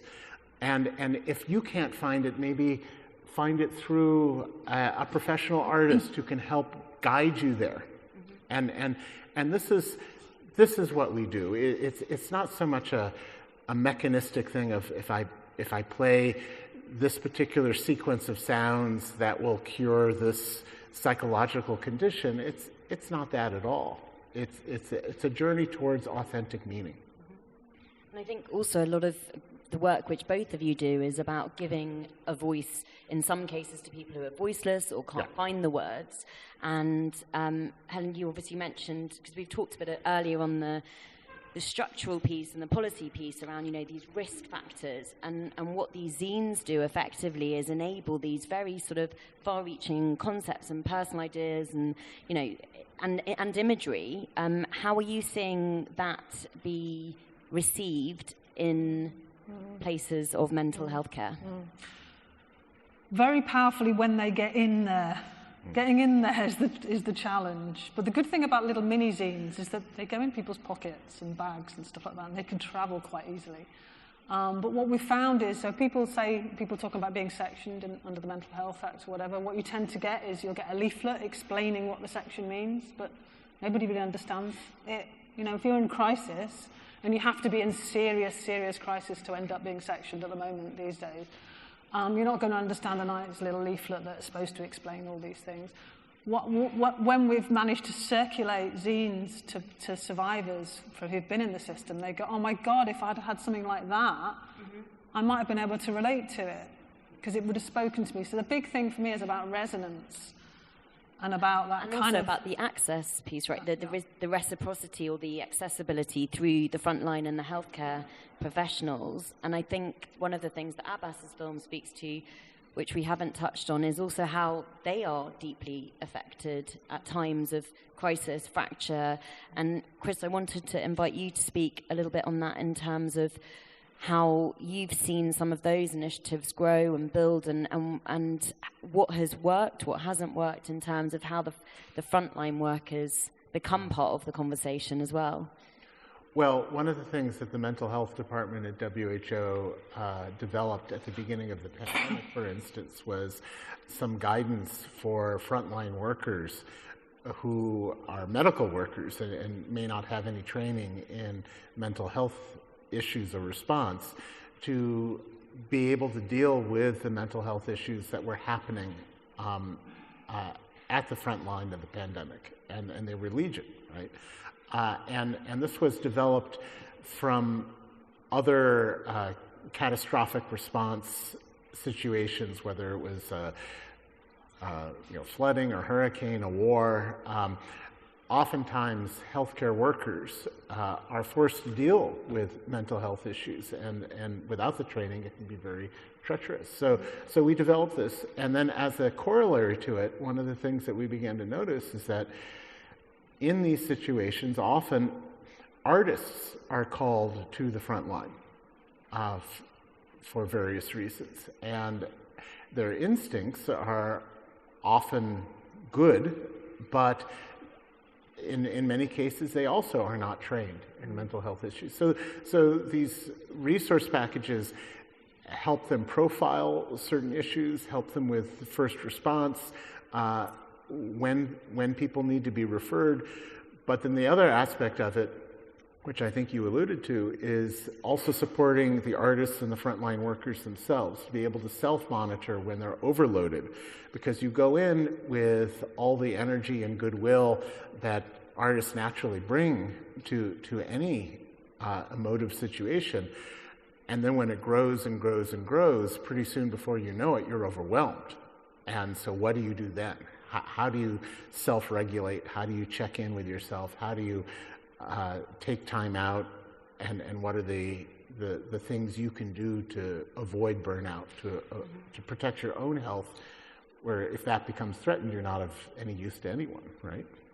And are there things in play to do that at scale? Do you both, you're both sort of dealing with very large groups, organisations and societies. Are you seeing anything of scale in any of these methodologies that have sort of come up today that you feel is a successful model, as we sort of, for want of a better word, or anything in your research that you think, actually, we're on something here, we really need to explore this element further? Do you want to answer that first? Or? Well, do you mean mental health care? Do you mean? Yeah, that was going to be my other question, actually, is the body-mind connection and healthcare and the other side of it. But my experience has been that there's some great models, great practices. I don't like models so much, but great practices and projects. And the really good ones end up not getting funded. That tends to be what happens. But in terms of art, there was another great project, I'm sure some of you probably know of it, the Mad Love project that I put up when we had some articles in Asylum and some images from the Mad. And they very similar to hospital rooms around kind of developing, and I think this was such a great project, bringing people together to say, if you ended up in a mental health unit, whatever, what would you want it to feel like, smell like, taste, tactile? And then they created a Mad Asylum. And do you know what? It looks so different to what an actual mental health unit's like. You couldn't get anything more different. And then they actually started to work with psychiatric units to try and change them. It's such a big challenge, though. But I think if we can start to do this kind of work... Do you think people don't get the funding because of the operational risk factors that come with some of these projects? I think some of it is about risk, definitely. And, these things, I don't know, I think there's a lot of complexities around the funding, a lot of political will that needs to go behind them. And I think people like funding things for short periods because it looks good, but then the ongoing funding of something, that's the crucial bit. How does something keep... People like to say, I've funded this great new project, but then who continues the funding? Who continues to get it developed? 42nd Street in Manchester, that I've had a long-standing connection with, has managed to develop and survive and expand and be a really creative resource for young people in distress in the Greater Manchester area. They've managed to do that, I think, but very few projects have managed to sustain themselves over a long period of time and grow in that way, and that's a huge challenge, I think. But I think there's a real problem with creating new models and then imposing them on people. I think that tends to be what happens. Yeah. Chris, do you want to speak a little bit to that? Yeah, I like to always use concrete examples, and one concrete example of many that comes to mind is a program called Mums for Music that originated here in the UK, and it was the use of music to combat postpartum depression. And the early small-scale examples of it were promising, and so through WHO we actually got ministries of health first in Denmark, then in Romania, to start trying this out at scale and measuring the results. And Italy has now come on board, and pretty soon it's going to be throughout the continent of Europe and beyond. So that's a typical model of how WHO will take the research and then through our convening power with ministries of health and ministries of culture as well, bring them to scale. There's quite a pressure, isn't there, in terms of this evidence-based or quantitative, qualitative conversation. And Helen, how do you see things changing in that route, or do you feel like there is it's still feeling quite woolly in terms of chapter changes in the conversation? There's a real tension in relation to evidence-based practice and evidence-based medicine. What counts as evidence? Who decides what evidence counts? And I think that, and for me, it's always about the context. Yeah. Always about context. So at the moment, evidence will be about stuff around, keeping people out of hospital, keeping people off benefits. They're the kind of evidence that we'll want. So when I did the big research project years ago about social inclusion, it was a Labour government, they were into social inclusion. That's what we measured, social inclusion. Now we're not measuring that anymore. We're not interested in social inclusion anymore. We're interested in getting people back to work and getting people off benefits and stopping people using services. And if they use services, criminalising them. Yeah. So that's the things we're going to... So I think, yes, things should be evidence-based, but who decides the evidence? And unfortunately, that's always due to the political context that we're in. Yeah. You can't separate that, unfortunately. Yeah. And of course, with these things, there's conflicting evidence-based, as there always is. Have people seen the recent a report about, think about chemical imbalances and antidepressants and stuff like that. It's a huge conflicting evidence base about things like antidepressants, and all these treatments. Yeah, I read that report. They're hugely controversial, hugely complex. And everybody with any position will say, I've got evidence to support my position. And of course, And I was ultimately the person... there's also challenges within even NHS-owned research or white paper research, because sometimes the research is there, but people can't actually use the research to advocate, which is another challenge, isn't it? Because you end up in siloed conversations, which don't reflect each other. And Chris, I wanted to talk to you about the historical side of things, because obviously these conversations are stimulating and powerful, and there's some new points of view, but the idea of art as a tool, art and healthcare, it's not a new thing, is it? No. In fact, I think what's new is not using the art in the healthcare setting. I mean, if you look at the arc of human development from prehistory, art has always been used in a healing context. And you can look at cave paintings of flute players that arguably were part of a fertility ceremony, or you could look at the use of music in ancient Egypt that was explicitly used for healing, or the use of paintings in healing in China in the Sui dynasty, 500 BC. In Italy, from the 13th century at the Ospedale de Santa Maria Nuova, you have the great Italian masters in Florence creating healing environments using visual arts. Here in the UK, the Leeds Hospital, there was a huge arts program in the mid-19th century from a disciple of Florence Nightingale. And she wrote quite eloquently about creating a healing environment in the hospital room.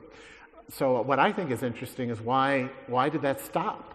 And you can trace that exactly to the Bauhaus movement at the beginning of the 20th century, where with the glorification of science and industrialization, there was this notion of less is more, that if you streamline things, that was a proper aesthetic choice. And hospitals, when they began to be designed in the 1920s, you stripped away all decorative detail because the designers felt that somehow was more antiseptic, which from a biological point of view is absurd. A germ doesn't care whether there's paint on the wall. It was simply an aesthetic choice. It had no evidence to it at all, and it completely changed healthcare. And as we know, the whole less is more phrase is incorrect. Less is a bore. I mean, how many people here have actually been hospitalized for any reason? So quite a few, right? So I'll bet you've experienced in the hospital this feeling that we call dissociation, where you're coming out of anesthesia, you've had some kind of traumatic event happen to you, whether it's an accident or an illness or just an operation, and your soul, for lack of a better word, does not comfortably fit back into your body. You feel disconnected from yourself, from your environment. So as Florence Nightingale pointed out, if you have a flower in the room, if you have color, if you have greenery outside of the window, there's something to focus on that reminds you of other living things and can help guide your spirit back into your body to reassociate with yourself, with your environment, with the people around you. That's what art does. And if you strip away all the elements that can assist that, then suddenly that hospital room becomes an extremely alienating and terrifying environment. So of course, when we say, use of the arts can speed up recovery time, the correct thing to say is the absence of arts lengthens the recovery time. That's the correct statement. And there's something there very much on the collaborative conversation around the workshopping of, I think Joe mentioned earlier this idea of art, not necessarily visual art or art, but actually releasing inner creativity. And Helen, I wanted to speak a little bit to your work on the sort of zine side of things, in terms of how you're seeing when it is getting through, or any of the workshopping that you've seen through your professional role, the difference between sort of told advice from artists, professional artists, helping patient visitors, versus how are you seeing positive effects of people collaborating and working together in these workshops? So we've been running kind of zine-making workshops in various contexts, including with people who are doing mad studies courses. There's a thing now, you can do a whole course in mad studies places. How cool is that? So and mostly people who've used the mental health system in some way have decided they want to understand their history and understand the politics of their experience and stuff like that. So we've been running zine workshops with students on mad studies programs, and running zine workshops in various contexts, the Feminist Library, different places like that. And people sort of coming together to, either develop their own zines individually or collaborate on zines. So some of the zines we're looking at are collectively produced zines, some of the more political ones, and some of them are more what we'd call per-zines, where people just work on their own experience-based zine. And there's a whole thing, I was at a great event at Welcome yesterday about auto theory, about developing theory through your own experience, and how a lot of zines are like auto theory zines. Because I've actually learned, as an academic, I've been in academia a long time, and I learn much more from zines than I do from academic articles, I have to say. Well, just to add another data point to that, it's probably off topic. Do you do your own zine? In June, I helped organize an Arts and Health Week in Los Angeles, and we had these events all around the city in different neighborhoods, and one of them in Long Beach was the use of zines with children on the autism spectrum, and the results were amazing. So I applaud that work. Yeah, no, it's great. Yeah, thank you. Not my work's great, but the zines format's great. One question before we go to some more questions as well was around, you've been working with some quite high-profile people, Chris, who have been very sort of open around the mental health care space. And I think the stigma around mental health care is, in a very refreshing way, I mean, obviously we're here today, is really starting to shift and become more open. How do you think, what would you like to see in order to open it up further over the immediate sort of few years? Well, I actually do think we need to get away from this medicalized operant model of how the arts work in the health space. And I understand the reasons for it. Even the term social describing, to me, I hate that phrase. I understand why we use it, because insurance companies feel more comfortable paying for it, or the NHS feels more comfortable with it. But it also creates a false impression that if I go to this concert, this particular condition will be cured. That's not what we're talking about here. And even what we measure is so incredibly important. I would go even further. It's not just context, but sometimes it's what's easiest to measure, right? So it's easy to measure cortisol levels in the blood. So I've read, I don't know how many studies about the health benefits of the arts that just look at cortisol levels, as if to say the lowering of a stress hormone is the totality of the benefit of the deep aesthetic experience. Would you go to Picasso or Beethoven or Matisse or whomever, Diaghilev, and say, wow, thank you for lowering my stress? That's not what they were trying to do. Right? There's something else there. As we explore the biochemistry and the neurology, we're getting hints of what those other things could be that go beyond just cortisol levels. The whole dopamine to serotonin arc of anticipation and surprise that gets repeated in the deep aesthetic experience. But even that is not the result. That is a biochemical side effect of something deeper. And for me, part of what it is navigating that emotional space to start making sense of the world in a more profound way that goes beyond the frontal cortex of thought and conscious thought and goes deeper into the midbrain, the seat of our identity, the seat of our relationships, the seat of our behavior. And the senses and the use of the arts to get to use those senses are the pathway to that deeper part of the brain. I think that touches on some of the conversations we've had previously in this space around almost the step before the mental health care structural side of things kick in, which is how do we start making galleries, museums, self-care part of kind of community, civic society in terms of a place to convene people for these conversations. That's one of my favorite advocacy efforts is getting museums to start changing their mission from being a repository of valuable items to being centers of community health. And many of them are actually taking that step. The Museum of Modern Art changed their mission last year, and they were quite innovative.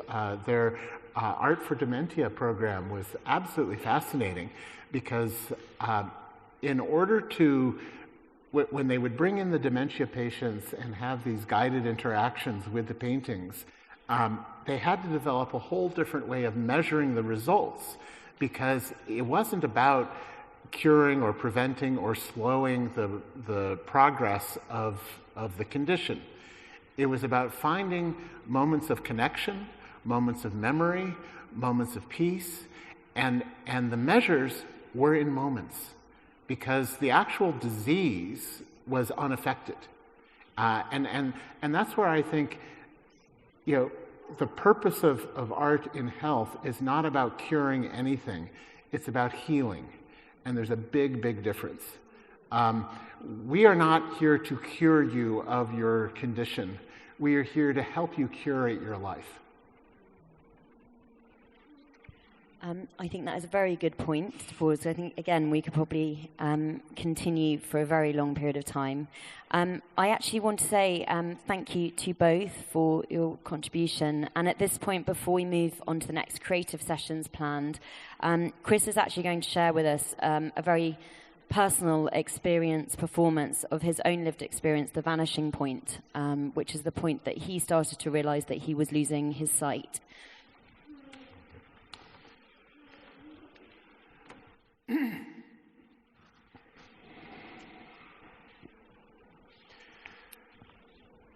You are my sunshine, my only sunshine.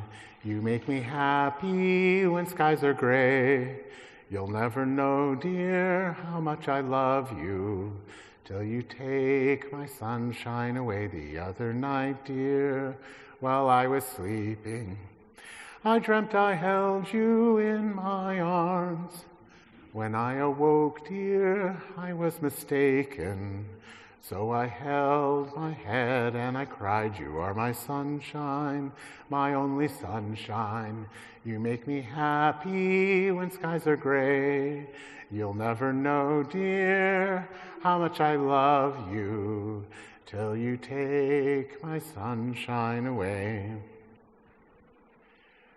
That was the song that my father sang to me when I was a child to help me go to sleep because I was afraid of the dark. When my eye doctor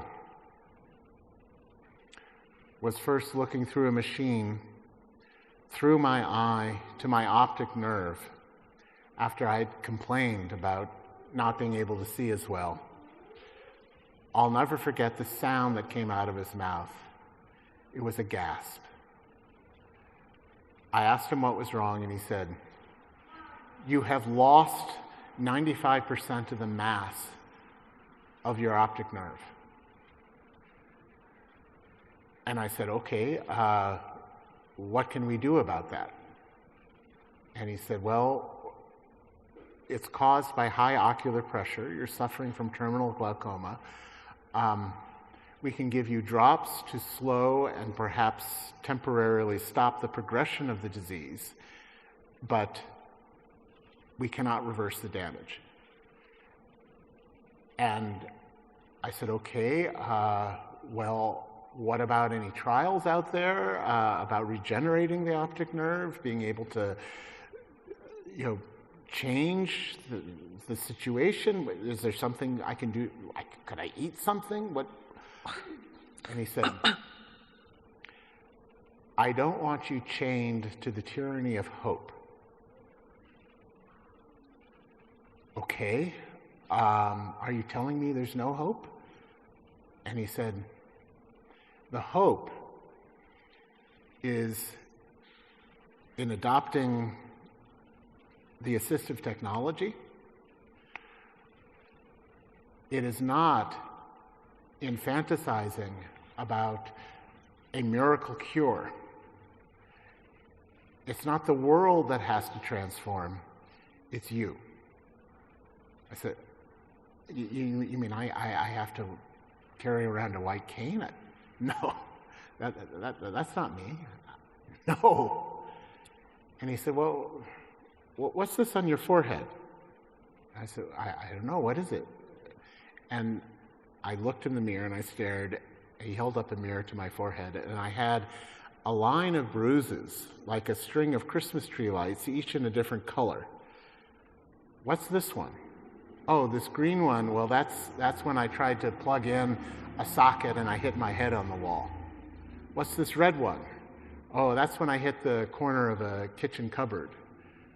What's this one? Oh, that's when I ran into a light post. And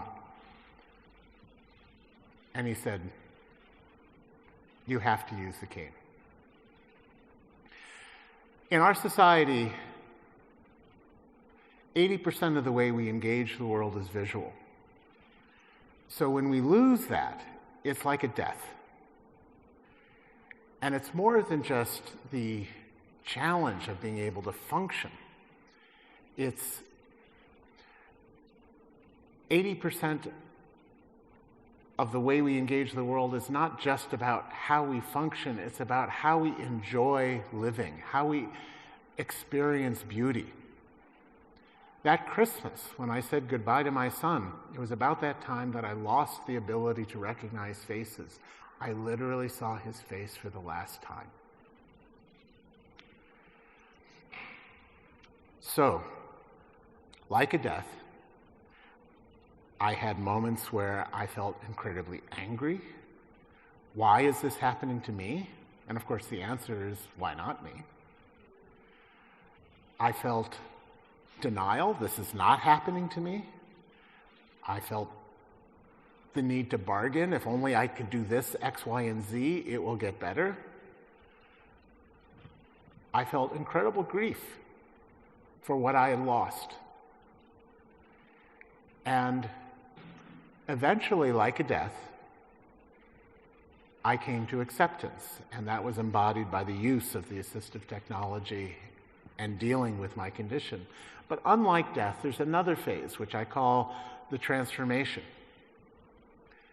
which is more than just coping with a misfortune or a catastrophe.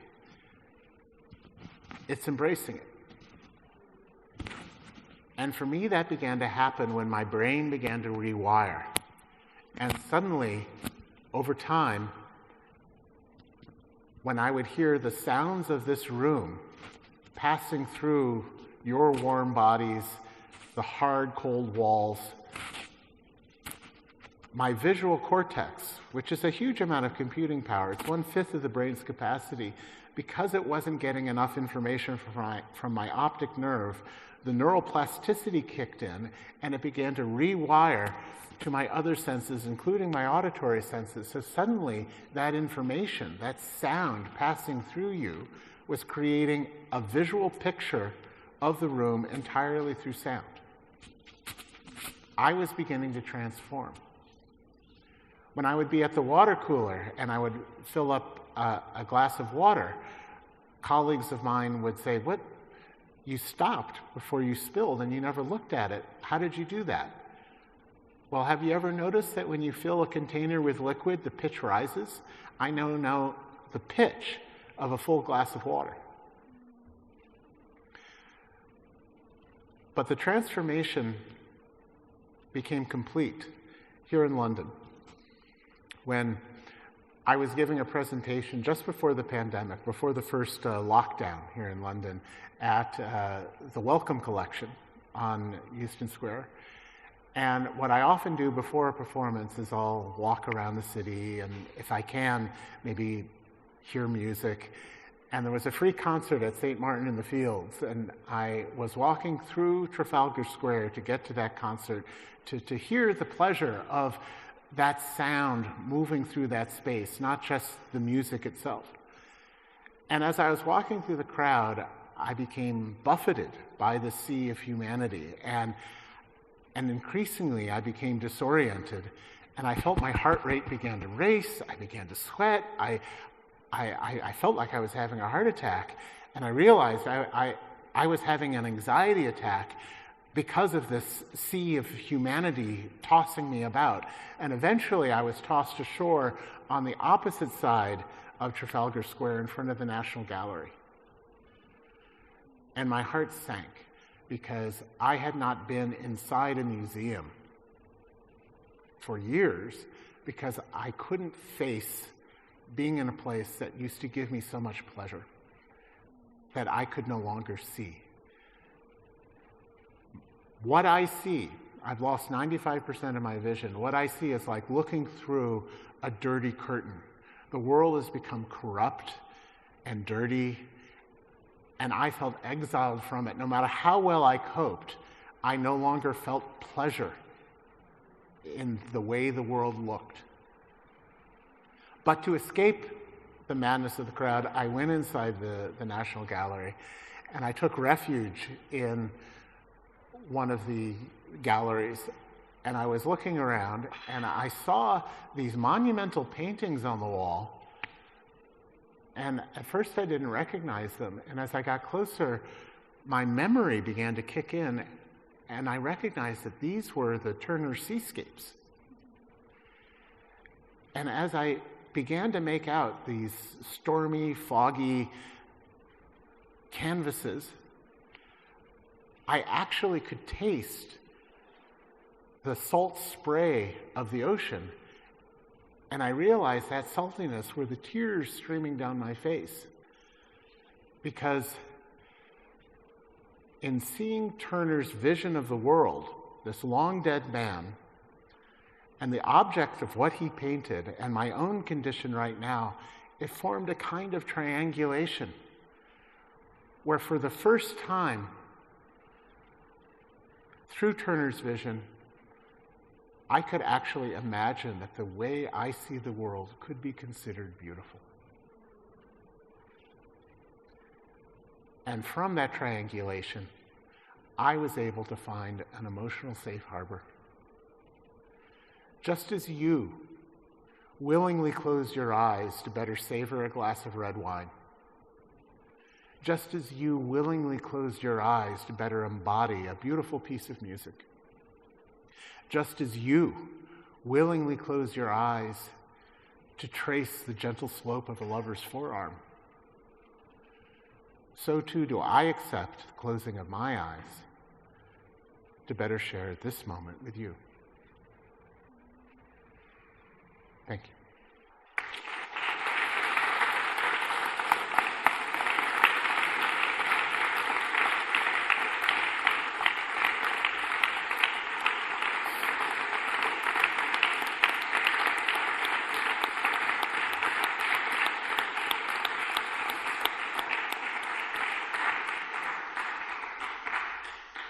Thank you so much, Chris, for sharing that. I've actually seen you do it a few times, and I know from everyone's expression here, it's an incredibly moving experience to see you talk so personally and to share so openly, so thank you. In terms of timing, I think we have to wrap up on this session now. But Chris and Helen, I think, are both going to be staying for a short time after the session, if you'd like to grab them afterwards for questions. We'll then be moving into the more interactive part of the afternoon, which I hope you'll all be staying for. I wanted to thank everyone across the course of the discussions for all of their contributions, and I think it's fitting that as we're sitting here in front of Mark Titchener, like there is hope and I can dream of another world. And we may not have found the solution, but I definitely think we've been talking about what some new forms of world might look like, and one which we can definitely connect more collaboratively as a community, but most importantly with ourselves. So I hope that everyone has taken some food for thought for today, and it's been lovely meeting many of you, and look forward to seeing you later. And thank you so much, Chris and Helen.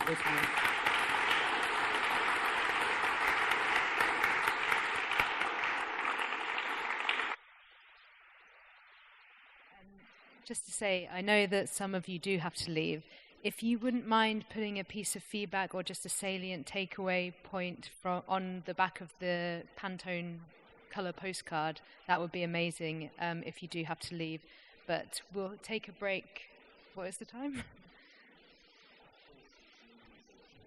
Yeah, if people want to join the next session at 3, Tim will be doing a short introduction, and we also have a digital resource, a Miro board, that if anyone has any references, insights, I can add them to this digital board and then share it with all of you afterwards.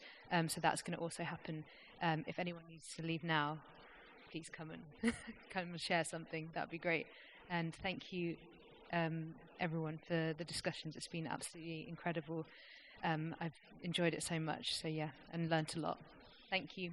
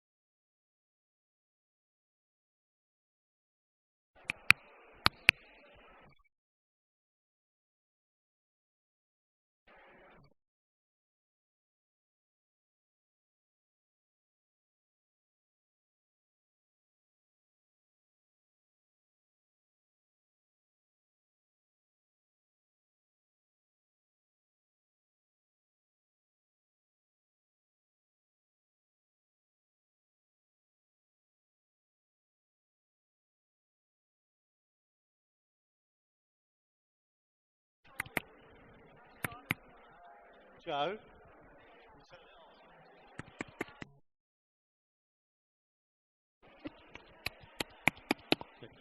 So that's on.